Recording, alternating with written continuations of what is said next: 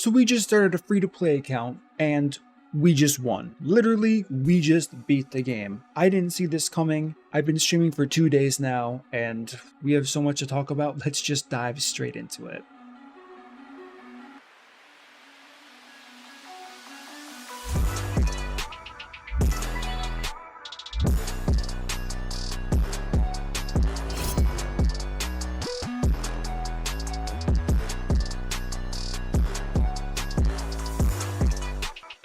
What up, team? It's MurderInc here, back with a Raid Shadow Legends video. Now listen, I've never done a free-to-play account series, and I figured no one would be doing it by the end of the whole Ronda.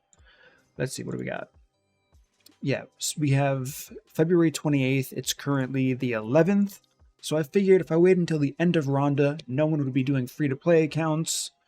But I was wrong. Literally everyone's making free-to-play accounts now, so it is what it is. But I started one. This is my final referral, but I'm not really doing it for referral purpose. I figured, why not give it a go? Let's just try and do a free-to-play for the first time. I did a low spender series because, let's be honest, free-to-play series are really, really boring. No matter how you look at it, they just are.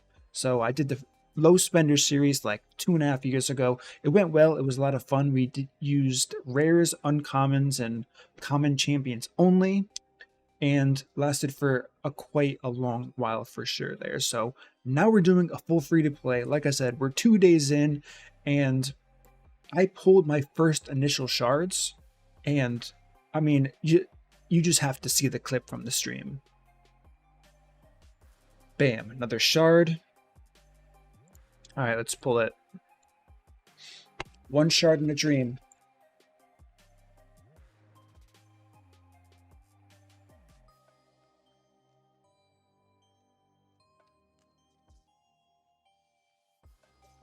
Okay.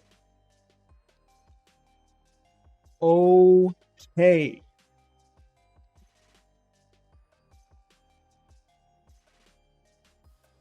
Standing up out of the camera for this one.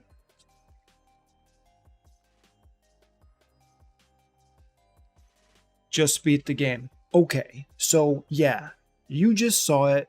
We're gonna go over here. I pulled the Geomancer.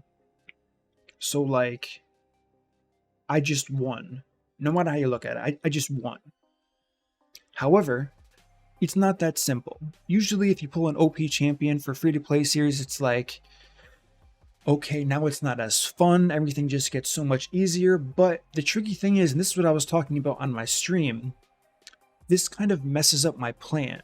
I had Ronda coming in. I was going to fully invest into Ronda because she's definitely the best starter at this point. She's better than Kale, any other starter you can think of.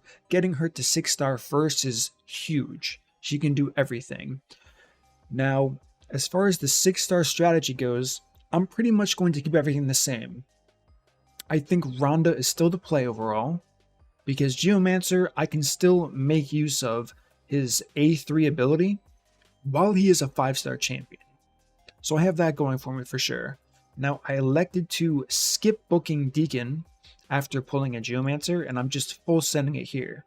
I didn't get lucky, no books went into the A3, but he's still proving decent overall.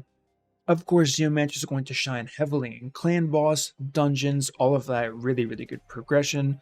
And of course, we do have the Stone Guard passive, which is going to help me and my team out a ton here. We got some really good pulls, Hellborn Spray as we saw. Nothing else outside of that. I went with Saurus. I just finally got a Shield Guard. If you know anything about my channel, you know I love Shield Guard, especially with this passive. Removing one debuff. A lot of debuffs are very dangerous early on into this game, so a lot of good things happened here. So I'm going to be updating on YouTube the free-to-play series. We're doing things a little bit different here. I built War Priest more damage-oriented, because if you notice when you play early game and you use War Priest, she hits kind of hard, and I just assess the value of what she brings to the table. It's usually just attack up. The heal's kind of irrelevant. It's decent, but it's not that good. But her A1 slaps and has a chance to freeze, of course. I'm not utilizing that because I have no accuracy, but listen, I want to do free to play that's kind of unique, so we're going about things a little bit differently for sure here. So it's going to be interesting going through this. Of course, like I said, updating on YouTube. I'm probably going to invest into Ronda first.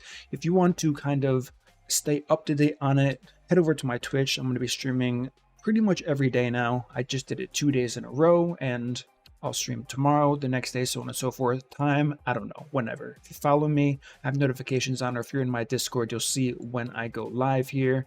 Originally, I had planned to only pull during 2 times events, but I caved. I'm not gonna lie, I caved. I got 1 Void Shard. I pulled the 1 Void Shard, got a terrible champion. We're pulling the first non-mystery shard since I started yesterday. We need something huge here. We just put blood, sweat, and tears into beating the campaign. What are we gonna get? Surely it's something huge. You think cage bound? All right, let's go.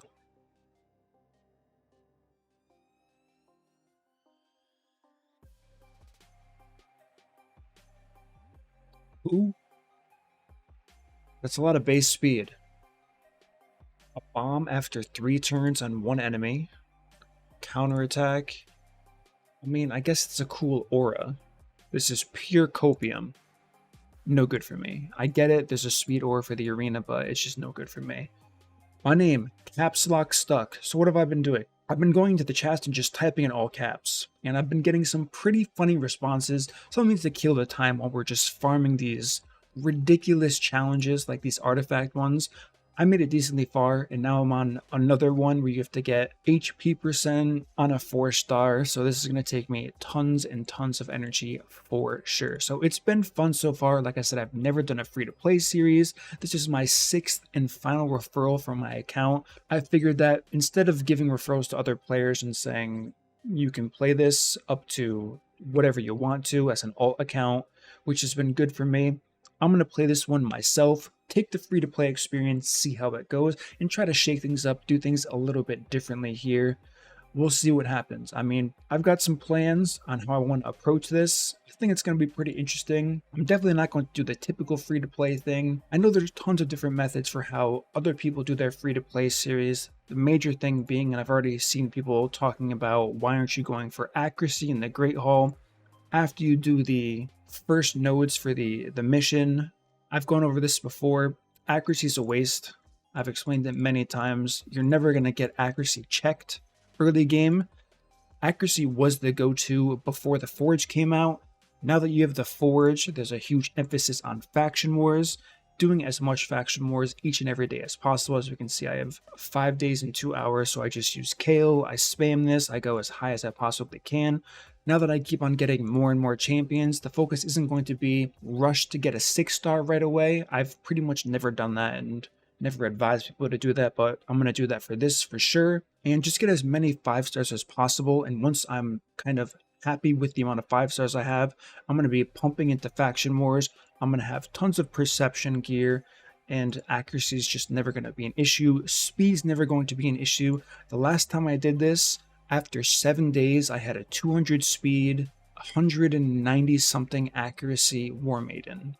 After 7 days of the Forge. Granted, I got a bit lucky. I would say it would take players 2 to 3 weeks to normally get that, but there's just no need to invest points into the Great Hall. I'm going to do accuracy. It's going to be the last thing I even look at, along with resistance here.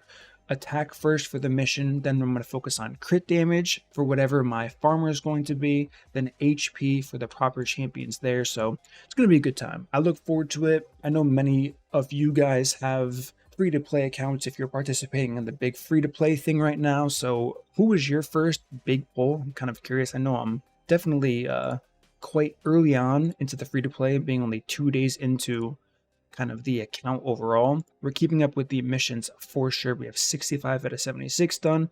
We're going to be getting those big gems ready to mastery up. Like I said, the plan's pretty much full send into Ronda once we get her. It's a bit slow and annoying waiting the 7 days. I considered not even starting I guess progression of the account until I got Rhonda so I could just blast through everything. But I figured what's the harm in just playing each and every day slowly, making sure I focus on the challenges, the missions, and then once we get Rhonda, we just full send the campaign. And I had the typical experience that everybody has against Mortu Macabre, just straight up periling me over and over again, even on normal. So I don't know. I only bring it up and I'm kind of nostalgic about it because I haven't done this in such a long time here, but if you guys have done many referrals for yourself, you know exactly what it's like. So that's a quick update on my free-to-play series, how I pulled Geomancer. What more could I want? If you guys enjoyed the content, smash the like button, subscribe, check out my Twitch for sure. I'll be streaming every day. Pop by, say hello, and together we will have a good time and power on through this free-to-play account. We will see how far we can get before it becomes incredibly boring like they usually do. So that's going to conclude this video, and I will see you all in the next upload.